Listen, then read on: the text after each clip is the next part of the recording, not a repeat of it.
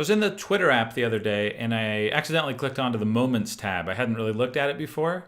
And I noticed one of the animations where you zoom in on a photo, it looks a little bit weird to me. I think that the text has like a delay and the photo moves in a little bit earlier and something like that. It just caught me off guard. I thought that looks a little weird. I'd like to recreate it in Flinto. So I'm using Flinto today to recreate this animation, and I'm doing it two different ways. I did it once as a transition, and then I did it using a behavior. So I've got a screen here that represents the Twitter moment UI, and I'm going to duplicate it. And on this duplicate, I'm going to set it up so that it looks the way it looks in the app when you've tapped on the photo. And in that state, this gradient is gone, this text is gone, and this progress bar is gone. So I've deleted all those layers, and this photo in the middle is centered vertically. So now to do the animation between these two states, I'm going to create a link so that when you tap on this photo, click Create Link, it'll go to this screen. So I'll target this screen, make sure the gesture is tap, and I'm going to make a new transition. In the Transition Designer, I want the screens to be lined up, so I'm going to click the Align Screens checkbox. And first thing I notice is this background here covers over all the stuff behind it, but there's the exact same background in the other screen, so I don't really need this background, and I'm just going to hide it entirely. So I can click the little eyeball here in the layer list, hide that, and it'll be hidden through the whole transition. Next thing I want to do is connect the two photos, because they're exactly the same, they're just in different positions. So I'm going to use the Connect Layers feature. I'll select one of the photos, click Connect Layers, and then I will target the other photo. So also in the end screen, this text here is going to disappear. So I'll fade it out, but it also slides up. So I'll slide it up and fade it out to opacity 0. And this little progress bar also goes to opacity 0. And oh, the gradient here, that also fades out. Okay, so let me exit out of the Transition Designer and make sure that I have a way to get back when I reach this screen. I'll select the photo, click Create Link, and target the backlink indicator. That'll make sure that click tapping here goes back to the initial screen and reverses the transition. All right, I'll open the preview, and now I can tap here and tap there to go back. Cool, so that's working fairly well, but if you look closely, you'll see that there's a problem with this transition.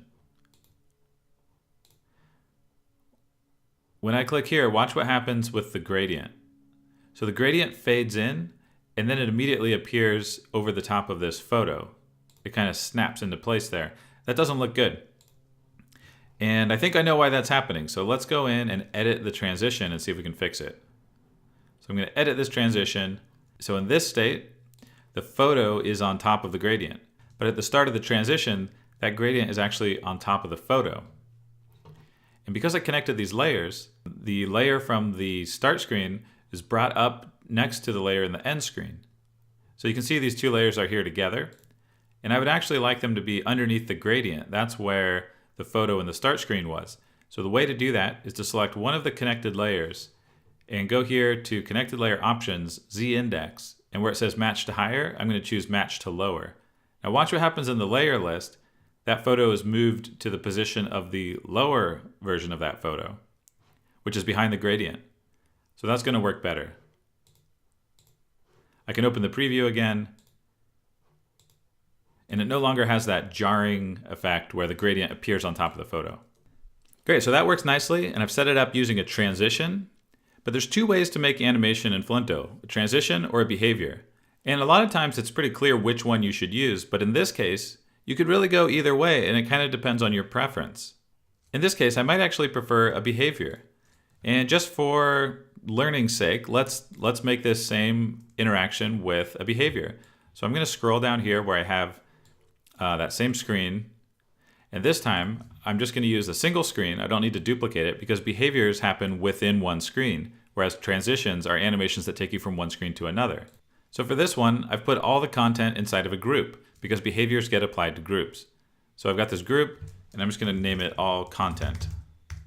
I'll select the group and then click behavior. That creates a new behavior and applies it to that group. And now I'm in the behavior designer.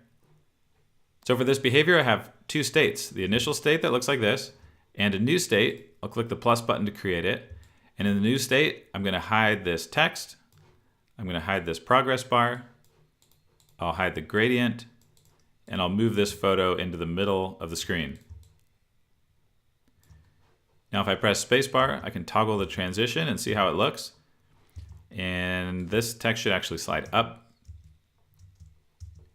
And then I just need a way to get between the two states. So from the initial state, I'll click the photo, click Create Link, target the new state, and from the new state, I'll click Create Link and target the initial state. So each state has a link going to the other state. I can open the preview. If I hold Shift and click Preview, that'll open the screen that I'm editing in the Behavior Designer. And I can test that out. Looks exactly the same, and I didn't even have that issue with the gradient and the connected layer because the same layers exist in both of the states. So it's a little easier to set up as a behavior, I think. And I kind of don't like the way that this text slides up as the photo slides into the middle. I think that the fact that those things are going in different directions is a little bit distracting. So let's see how it would look if the text slid down. So I can select this text, I'll fade it in so we can see it. And what if I just slid it down like this? And then fade it out. Okay, let me open the preview. I think that looks nicer. You know, sometimes you have animation that, too many different types of animation in one screen can be a bit jarring. Even if somebody looking at it doesn't know quite why it's jarring, it could feel wrong or just not so smooth. But by having kind of one single animation, everything moving in one direction, I think it feels a little more cohesive and a bit more natural. All right, so that's my little example on creating this Twitter moment transition, maybe making a little improvement to it.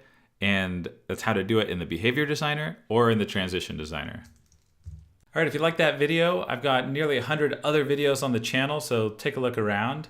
And let me know what you'd like to see in a tutorial next. I'm always looking for ideas, so leave them in the comments.